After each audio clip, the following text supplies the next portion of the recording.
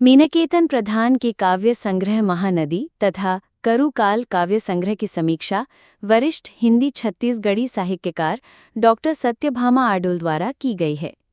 समीक्षा वाचन के पूर्व समीक्षक का साहित्यिक परिचय जान लेते हैं। समीक्षक का परिचय। डॉक्टर सत्यभामा आडुल का जन्म 1 जनवरी 1944 को ग्राम पंदर पाटन, दुर्ग, छत्तीसगढ़ में हुआ। शिक्षा एमए पीएचडी हिंदी साहित्य, पूर्व प्राध्यापिका हिंदी, शासकीय दूधाधारी बजरंग महिला स्नातकोत्तर महाविद्यालय रायपुर में, पूर्व अध्यक्ष हिंदी अध्ययन मंडल व कला संकाय अध्यक्ष, कार्य परिषद सदस्य पंडित रविशंकर शुक्ल यूनिवर्सिटी रायपुर छत्तीसगढ़ में। आपके निर्देशन में 40 शोधार्थियों के पीएचडी की उपाधि प्राप्त हो चुकी है। ये उल्लेखनीय है कि डॉक्टर आडुल के व्यक्तित्व, कृतित्व और हिंदी छत्तीसगढ़ी साहित्य के प्रदेय पर 6 शोधकर्ता पीएचडी कर चुके हैं, अभी भी किए जा रहे हैं। ये गौरव की बात है। प्रकाशित पुस्तकें: काव्य नर्मदा की भोर, निःशब्द सृजन, क्वार की दोपहरी, काला सूरज, दस्तक देता सूरज। उपन्यास: एक पुरुष प्रेरणा बिंदु से निर्वेद तट तक, गीति नाट्य अभिषक्ता, वंशनाम। नाटक: बुतखाना। यात्रा वृतांत: पहाड़ की ढलान से समुद्र की सतह पर मेरी बस्तर यात्रा। कहानी संकलन: अपना सा लगता है घर, लॉकडाउन में बाबू मोशाय। आलेख संग्रह: लोक चेतना के स्वर। शोध ग्रंथ: संत धर्मदास कबीर पंथ के प्रवर्तक, छत्तीसगढ़ी भाषा और साहित्य, छत्तीसगढ़ी लोक साहित्य और नवजागरण। महाकवि खंडेराव भोंसले का महाकाव्य राधा विनोद आदि। छत्तीसगढ़ी कृति: गोठ गद्य, रतिहा पहागय गद्य, सूरुज के तस्मय पद्य। छत्तीसगढ़ी की अन्य प्रमुख कृतियां हैं: लइका मनमा पढ़ाई लेखाई के सौख कैसे बाढ़े, रमिया केतकी के कथा, लहरा गए छत्तीसगढ़ी के परचम, हाय रे मोर मंगरोहन कहनी, सिला बरहिन नान्हे कहिनी। भावानुवाद: वेद कहिन, चारों वेदों की चयनित 64 ऋचाओं का छत्तीसगढ़ी में भावानुवाद। संस्मरण: छत्तीसगढ़ में विवेकानंद भावधारा के प्रवर्तक स्वामी आत्मानंद। सामाजिक पुस्तक: छत्तीसगढ़ की कुर्मी विभूतियाँ। विश्वविद्यालय में इनके लिखित व संपादित पाठ्यपुस्तकें एमए व बीए हिंदी साहित्य के पाठ्यक्रम में शामिल हैं। पुरस्कार एवं सम्मान: विभिन्न राष्ट्रीय एवं राज्यस्तरीय संस्थानों, शासन, विश्वविद्यालयों द्वारा डॉक्टर आडुल को शताधिक पुरस्कार सम्मान प्राप्त हुए हैं। कुछ उल्लेखनीय है: क्वार की दोपहरी काव्य संकलन के लिए मध्य प्रदेश शासन द्वारा पुरस्कृत, छत्तीसगढ़ लोक विभूति सम्मान, ग्राम्य भारती सम्मान, हरि ठाकुर साहित्य साधना सम्मान, राज्यपाल द्वारा विशिष्ट साहित्य शिखर सम्मान, पदुमलाल पुन्नालाल बख्शी साहित्य साधना सम्मान, माधवराव रचना सम्मान, डॉक्टर नरेंद्र देव स्मृति अगासदिया सम्मान, टीकेंद्रनाथ टिकरिहा सम्मान, अखिल भारतीय अमरावती सृजन सम्मान, लोक साहित्य पुरस्कार रतिहा पहागई कथा संकलन पर, यात्रा वृतांत पहाड़ की ढलान से समुद्र की सतह पर पुरस्कृत, लोक चेतना अलंकरण, महानदी शिखर सम्मान, संत कवि पवन दीवान साहित्य साधना सम्मान, पंडित सुंदरलाल शर्मा भाषा सेतु सम्मान, समग्र साहित्य सारस्वत पुरस्कार, डॉक्टर खूबचंद बघेल सम्मान, राज्य अलंकरण, भूमिजा पुरस्कार आदि। संप्रति स्वतंत्र लेखन। अब प्रस्तुत है मीनकेतन प्रधान की काव्यकृतियों पर डॉक्टर सत्यभामा आडुल द्वारा की गई समीक्षा का वाचन। मीनकेतन प्रधान की उदात्त व कारुणिक कविताओं का संकलन महानदी। एक विवेचन। महानदी नाम सुनते पढ़ते ही एक भौगोलिक इतिहास आंखों के सामने तैरने लगता है। ये नदी पर्वत हमारा भूगोल तैयार करते हैं और इसके तट व तलहटी की बसाहट मानव विकास का इतिहास बतलाते हैं। ये इतिहास युगों के परिवर्तन की कथा संजोए धीरे धीरे पुरातत्व में तब्दील हो जाते हैं। वर्तमान में हम उन्हें खंगालते हैं और कारुणिक प्रसंगों की उद्भावना करते हैं। यही अति संवेदनशील कवि की अनुभूति व अभिव्यक्ति होती है। महानदी का समृद्ध तट व जल का बहाव न जाने कितनी कहानियां गढ़ रहा है, गढ़ता रहेगा। उन्हीं में से एक परिवर्तन की कहानी कवि मीनकेतन के जीवन की भी है, जो उनके काव्य महानदी के सृजन का आधार है। कविता के पूर्व अपनी बात में आत्मकथ्य के रूप में कवि की आत्मस्वीकृति दृष्टव्य है। आज के वैश्विक जीवन में भावात्मक स्तर पर अमानवीयकरण, टूटन, बिखराव, युद्ध जनित परिदृश्य से लेकर सामाजिक, सांस्कृतिक, राजनीतिक, आर्थिक, धार्मिक, औद्योगिक, टेक्नोलॉजी, जितने भी परिप्रेक्ष्य हैं वहाँ किसी न किसी रूप में करू भाव विद्यमान है। यह वर्तमान दौर की मूल प्रवृत्ति व समस्या है। स्वातंत्र्योत्तर हिंदी कविता के विभिन्न चरणों में भी इसे प्रच्छन्न रूप से देखा जा सकता है और आज प्रत्यक्षतः ये तथ्य भारतीय काव्यशास्त्रीय मानदंड, पाश्चात्य दृष्टिकोण, नव्य समालोचना, अद्यतन चिंतन की अग्रिम कड़ी है। कवि ने स्वीकार किया है कि इन कविताओं में करोनाकालीन मनोभाव अपने युगबोध से जुड़े हुए हैं। आज का समय इनमें ज्यादा मुखर है। कुरूरी भाग 1, 2, 3 भी इसमें समाविष्ट है। ये आत्मस्वीकृति कवि का बड़प्पन बढ़ाती है। कुरूरी कविता निश्चित रूप से छायावाद के प्रथम कवि मुकुटधर पांडे की स्मृति को जगाती, झकझोरती है। हम पुनः इतिहास के पन्ने पलटने लगते हैं। आज के युगबोध में वो युग समाहित होने लगता है। इतिहास के अतीत की स्मृतियां कितनी कारुणिक व प्यारी होती हैं, जैसे माँ के आंचल में छुपे बच्चे का मनोभाव।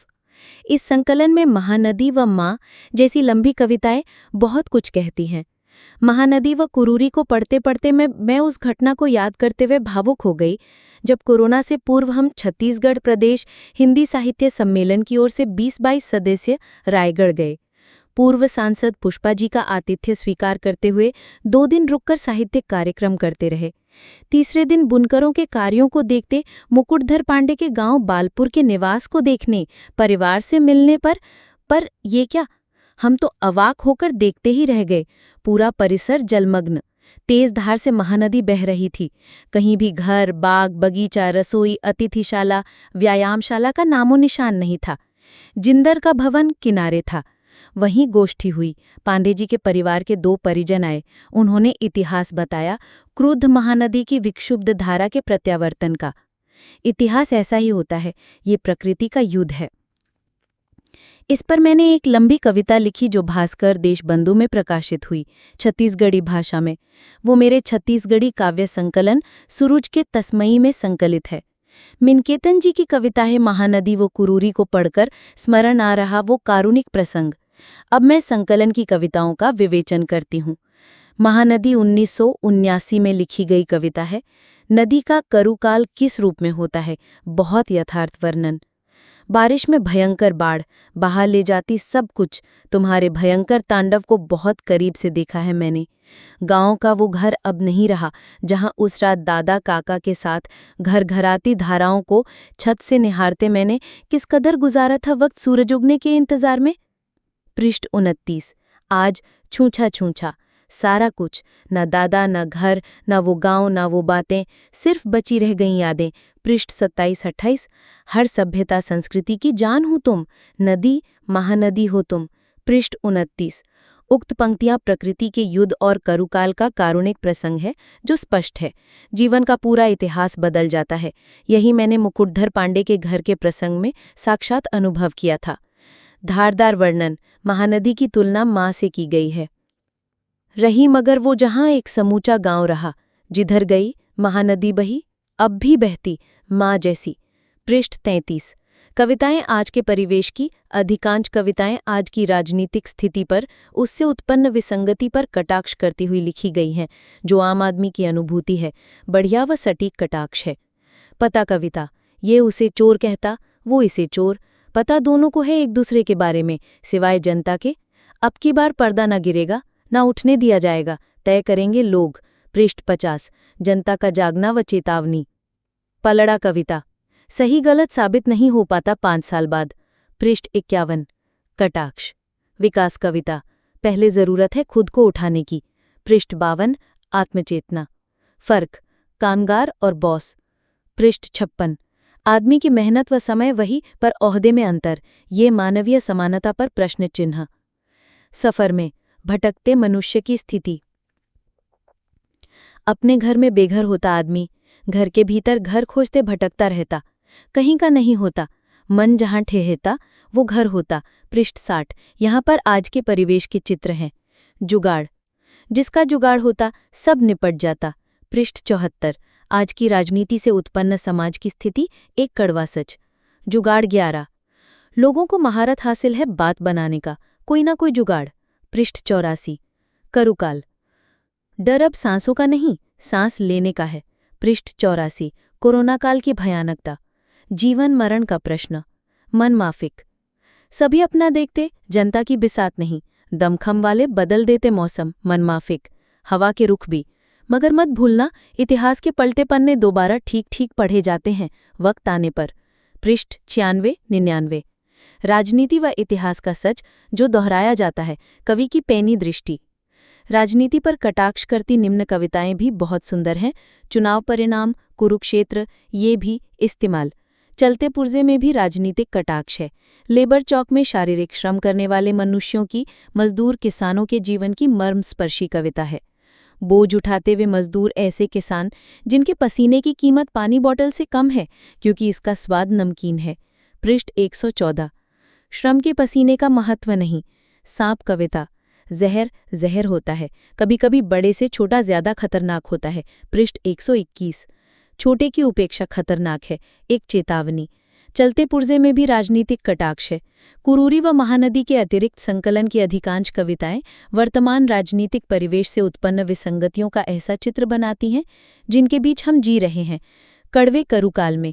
पर महानदी अपने इतिहास को दोहरा सकती है, संभावना की धारा बह सकती है। कवि की कल्पना सटीक है, शिल्प प्रभावशाली है। संप्रति वाक्य एक दो शब्दों का भी बन रहा है, ये नया शिल्प है कविता में, स्वागतेय। कविताएं अधिकांश कोरोना काल के प्रभाव से उत्पन्न स्थिति के बाद लिखी गई हैं, तो स्वाभाविक है वर्तमान विसंगतियों का चित्र अधिक है। समस्त कविताएं चिंतन की दृष्टि से उदात्त मनोभाव में लिखी गई हैं। विषय व शिल्प दोनों प्रभावशाली हैं। मैं मीनकेतन जी को इस सुंदर, प्रभावशाली व चिंतनशील काव्य रचना के लिए बधाई देती हूँ। मेरी शुभकामनाएं व आशीष भविष्य में नए सृजन के लिए। आप हिंदी साहित्य को समृद्ध करती रहें। इन्हीं शुभकामनाओं के साथ आपकी बड़की दीदी डॉक्टर सत्यभामा आडिल। नमस्कार। आज हमारे पास वरिष्ठ साहित्यकार डॉक्टर सत्यभामा आडिल जी की एक बहुत ही महत्वपूर्ण समीक्षा है। ये समीक्षा मीनकेतन प्रधान के काव्य संग्रह महानदी पर है। डॉक्टर आडिल, जैसा कि कई लोग जानते होंगे, छत्तीसगढ़ी साहित्य का एक बड़ा नाम है। पूर्व प्राध्यापिका रहीं और कई सम्मान भी उन्हें मिले हैं। तो आज हम इसी समीक्षा के जरिए प्रधान जी की कविताओं के मर्म को, उनकी आत्मा को समझने की कोशिश करेंगे जी। हमारा मकसद ये देखना है कि कवि ने महानदी को केंद्र में रखकर इतिहास, अपने निजी अनुभव और आज के समाज की सच्चाइयों को कैसे बुना है। हाँ। खासकर कोरोना काल के जो एहसास हैं उन्हें कैसे जोड़ा है। समीक्षा कहती है कि महानदी नाम ही अपने आप में बहुत कुछ कह देता है ना। हाँ। भौगोलिक भी और मानवीय इतिहास की तस्वीरें भी सामने लाता है। बिल्कुल। ये बहुत दिलचस्प है कि कैसे समीक्षा इस बात पर जोर देती है कि महानदी यहाँ सिर्फ भूगोल का हिस्सा नहीं है, वो तो जैसे इतिहास और मानव विकास की एक मूक गवाह है, एक साक्षी है। और देखिए, समीक्षक और कवि दोनों ही एक करुण भाव की उपस्थिति महसूस करते हैं। अच्छा। हाँ, चाहे वो दुनिया में बढ़ती अमानवीयता से पैदा हुई हो या फिर निजी जिंदगी की उथल-पुथल से, ये भाव कविताओं में लगातार मौजूद हैं। ऐसा लगता है जैसे नदी अपने अंदर सदियों का दर्द समेटे बह रही हो। और समीक्षा में महानदी के दोहरे रूप का भी जिक्र है। एक तरफ जीवन देने वाली माँ जैसी, हाँ, पालन करने वाली, और दूसरी तरफ वो विनाश करने वाली बाढ़ में लाती है। जैसे महानदी कविता की पंक्तियां हैं, बारिश में भयंकर बाढ़ बहा ले जाती सब कुछ, गांव का वो घर अब नहीं रहा। सही कहा। ये पंक्तियां सीधे उस विकराल रूप को दिखाती हैं। और देखिए, डॉक्टर आडिल ने इसे अपनी निजी अनुभव से भी जोड़ा है। ये बहुत मार्मिक है। अच्छा, कैसे? उन्होंने बताया कि कैसे उन्होंने महानदी की बाढ़ में डूबे हुए छायावादी कवि मुकुटधर पांडेय जी के बालपुर वाले घर को खुद देखा था। ओहो। हाँ, तो ये प्रकृति के प्रकोप और इतिहास की यादों का एक तरह से टकराव है। ये दिखाता है कि नदी का इतिहास सिर्फ बनाने का नहीं, मिटाने का भी रहा है। वाकई ये तो बहुत ही मार्मिक बात है। समीक्षा में कुर्री कविता का भी जिक्र आता है ना, जो फिर से मुकुटधर पांडे जी की याद दिलाकर अतीत और वर्तमान को जोड़ती है। जी हाँ। लेकिन ऐसा लग रहा है कि संग्रह सिर्फ अतीत की बात नहीं करता, आज के समय की सच्चाई भी इसमें है। निश्चित रूप से, बल्कि कई कविताएं तो आज की राजनीतिक और सामाजिक जो गड़बड़ियां हैं उन पर सीधे उंगली रखती हैं, बहुत सटीक तरीके से। जैसे पता कविता है, वो पूछती है कि भाई जनता इतनी अनजान क्यों बनी रहती है। पड़ला कविता न्याय मिलने में देरी पर सवाल उठाती है। विकास कविता कहती है कि हमें आत्ममंथन की जरूरत है। फर्क कविता समाज में जो असमानता है उसे दिखाती है, सफर में आज के इंसान के भटकाव को दर्शाती है, और जुगाड़ तो पूरी व्यवस्था पर एक तीखा व्यंग है। मतलब ये सिर्फ अवलोकन नहीं बल्कि सवाल उठा रहे हैं ये कविताएं। हाँ, छुपते हुए सवाल हैं। और लेबर चौक कविता, वो तो मजदूरों और किसानों के पसीने की कीमत पर ही सवाल खड़ा कर देती है, जिनके पसीने की कीमत पानी बॉटल से कम है। बिल्कुल, ये पंक्ति अपने आप में बहुत कुछ कह देती है। सचमुच, पसीने की कीमत पानी बॉटल से कम, ये सोचने पर मजबूर करती है। फिर एक मनमाफिक कविता का भी जिक्र है, जो राजनीति पर टिप्पणी के साथ इतिहास के दोहराए जाने की चेतावनी भी देती है। हाँ, वो कविता जैसे बताती है कि कैसे सत्ता अपने हिसाब से माहौल बना सकती है, लेकिन इतिहास को भुलाया नहीं जा सकता, वो लौट कर आता है। और फिर कोरोना काल की जो भयावहता थी, हाँ, उसका जिक्र कैसे है? वो करू काल कविता में बहुत तीव्रता से उभरती है। एक पंक्ति है, डर अब सांसों का नहीं, सांस लेने का है। उफ, जी, एक पंक्ति ही उस पूरे दौर के खौफ को बयां कर देती है। डॉक्टर आडिल इन कविताओं के गहरे चिंतन की, उनके उदात्त मनोभाव की और खासतौर पर उनके नए काव्य शिल्प की बहुत तारीफ करती हैं। वो कहती हैं कि कैसे प्रधान जी छोटे छोटे चोट करने वाले वाक्यों से पूरी कविता रच देते हैं, कम शब्दों में गहरा असर। तो कुल मिलाकर देखें, डॉक्टर आडिल की समीक्षा के नजरिए से मीनकेतन प्रधान का ये संग्रह महानदी नदी को सिर्फ नदी की तरह नहीं देखता, बल्कि जीवन, इतिहास, पीड़ा और बदलाव के एक बड़े बहुआयामी रूपक की तरह पेश करता है। ऐसा लगता है जैसे ये संग्रह छत्तीसगढ़ के दुखते दिल की आवाज हो। हाँ, कह सकते हैं। जहां इतिहास का दर्द भी है और आज की नाइंसाफी भी है, और ये सब एक गहरे करुण भाव में जैसे लिपटा हुआ है। बिल्कुल सही। और अंत में समीक्षक एक बहुत ही विचार करने वाली बात कहती हैं। क्या? कवि को उम्मीद है या शायद एक आशा है कि महानदी अपने इतिहास को दोहरा सकती है, संभावना की धारा बह सकती है। अच्छा, संभावना की धारा। हाँ, ये प्रकृति और इतिहास के बीच जो लगातार एक संवाद चलता रहता है, जी, उसी की ओर एक गहरा इशारा है कि विनाश के बाद भी नवीनीकरण की, एक नई शुरुआत की संभावना हमेशा रहती है। और ये हमें सोचने पर मजबूर करता है कि आज के इस मुश्किल समय में यह संभावना की धारा आखिर किस रूप में बह सकती है, किस शक्ल में हमारे सामने आ सकती है। ये खुला हुआ सवाल है सोचने के लिए।